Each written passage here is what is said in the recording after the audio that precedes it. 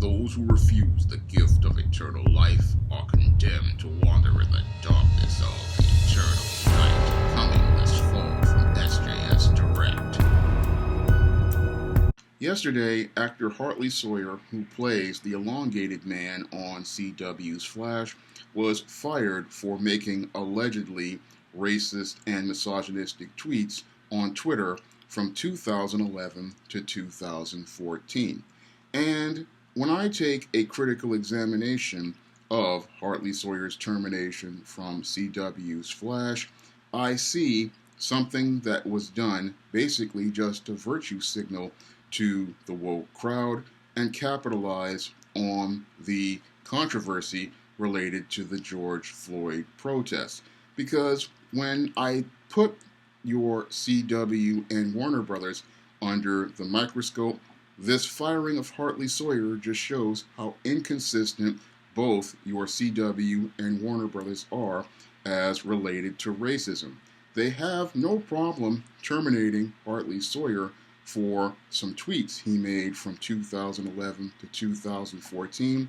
However, your Warner Brothers has gone out of its way to hire your James Gunn to work on its movie The Suicide Squad, and your James Gunn made numerous tweets on Twitter regarding pedophilia and child sexual assault on that website. So James Gunn is allowed to remain on the job as related to their blockbuster Suicide Squad movie. However, your Hartley Sawyer is fired for making the similar tweets that have a similar offensive content. And again, that shows us a double standard as related to your Warner Brothers overall. They will tolerate a person like James Gunn, who was directing their Suicide Squad movie, making these really ultra offensive tweets as related to a so-called family film like a superhero movie. However, your Hartley Sawyer, because he's working on a television show made by Greg Berlanti, he gets terminated for something that you give James Gunn a pass for. Moreover, your Warner Brothers also gives your Amber Heard a pass, and she is also working on a family-related program, the Aquaman movie. Now, Amber Heard starred in the blockbuster film Aquaman and is slated to still return for the sequel, even though it has been confirmed that Amber Heard participated in domestic violence against her partner, Johnny Depp. And Depp had tapes to show and confirm that Amber Heard participated in domestic violence where she assaulted him, but Amber Heard still is cast as Mera in Aquaman. Again, showing an inconsistency as related to your Warner Brothers and their so-called tolerance narrative. They will sit there and tolerate people working on their blockbuster movies, but the guy working on the Greg Berlanti show, he gets fired for the exact same behavior. Because again, showing the hypocrisy of Warner Brothers as related to this so-called tolerance narrative. And when you further look at Berlanti Productions under the microscope as related to the content on their productions, you start to see even more hypocrisy as related to this firing of Hartley Sawyer for these tweets that he made starting of almost 9 years ago.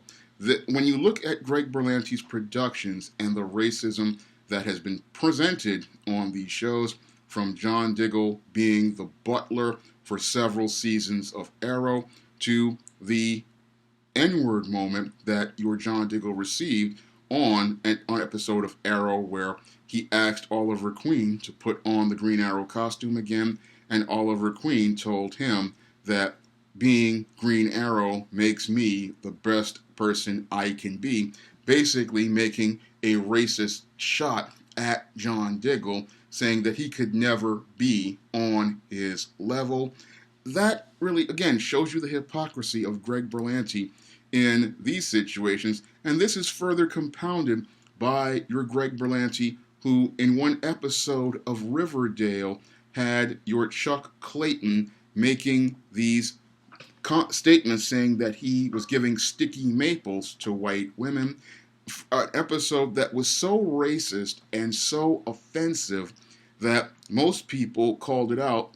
One, because this was inconsistent to Chuck Clayton's character, and two, this episode where Chuck Clayton talked about giving sticky maples to white women was extremely offensive because, considering the history of this country and the murders of black men, black boys like Emmett Till, and the lynchings of numerous black men based on the allegation of a white woman, this episode in and of itself was so offensive, but it wasn't funny. But Greg Berlanti is given a pass for allowing that episode of Riverdale to get greenlit, and your CW still doesn't get a pass because they also perpetuate racism as related to Mr. Terrific in the comics, the world's third smartest man, but in the CW Arrow show, he's turned into a bumbling, stumbling beta male. In addition, on the CW's Batwoman, we have Lucius Fox's son, Luke, who, again, in the comics is a highly athletic, strong boxer with incredible skills with his hands as related to boxing and physical fitness, and is a very capable, intelligent black man. But on the CW's Batwoman, he is emasculated and turned into this completely weak, emasculated beta male.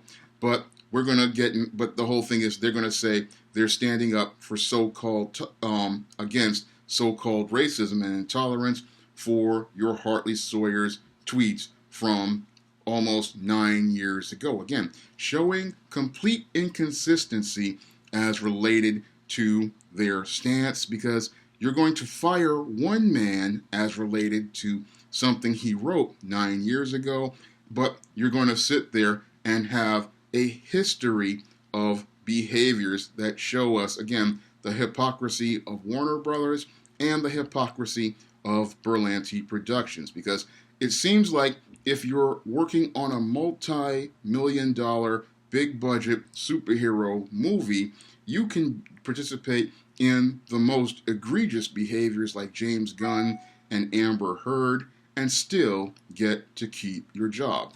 However, if you're working on a low-budget CW show like The Flash and some sort of tweet comes up where you've said something that is allegedly offensive, then you are winding up losing your job. Again, showing a double standard as related to your Warner Brothers and your CW, because if you were truly about standing up against racism, standing up against intolerance, and standing up against bigotry, you wouldn't have James Gunn working on the Suicide Squad, nor would you have Amber Heard continuing to be associated with the Aquaman franchise.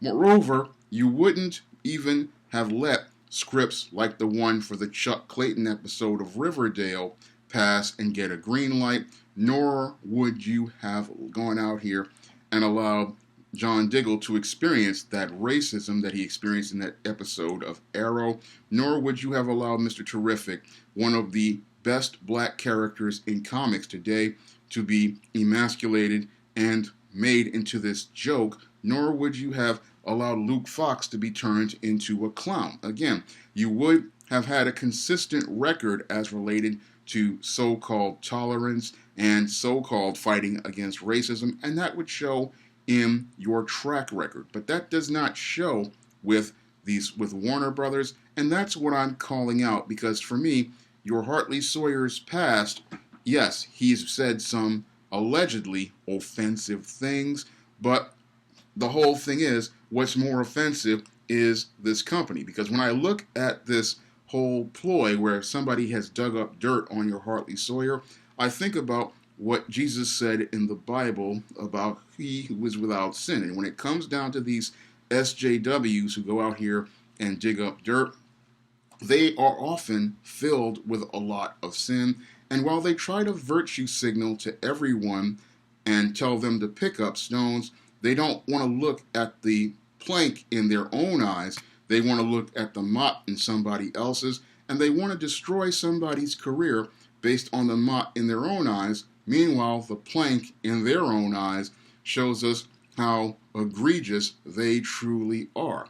And again, I'm thinking, because I've had experiences where people dug up stuff in my past back in junior and when I was in high school and trying to turn my life around.